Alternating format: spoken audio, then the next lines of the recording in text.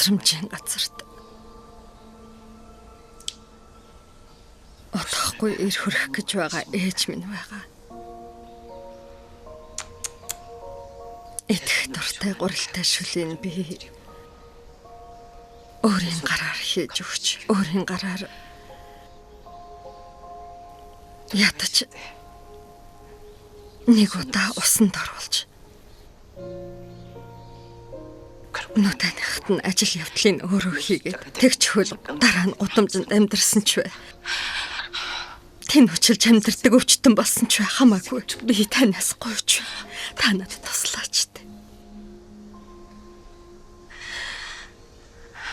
Тэртээ тэргүй мэдэхгүй штэ. Ээж чинь зүн ч гэсэн биз дээ. Гурилтай шүл хийж өгсөн ч вэ, гой минь чанж өгсөн ч вэ, усанд оруулсан ч вэ. Тэртээ тэргүй таныг оцсон ч охино гэж мэдэхгүй.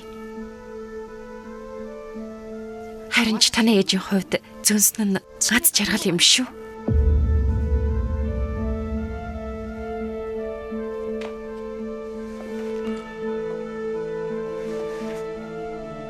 Ээж чинь танаас болж өвдсөн биз дээ.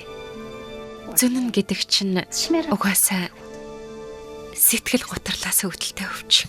Охин нь цаазын ялтан юм чинь мартахгүй бол яаж эрүүл ухаанаар амьдрах вэ?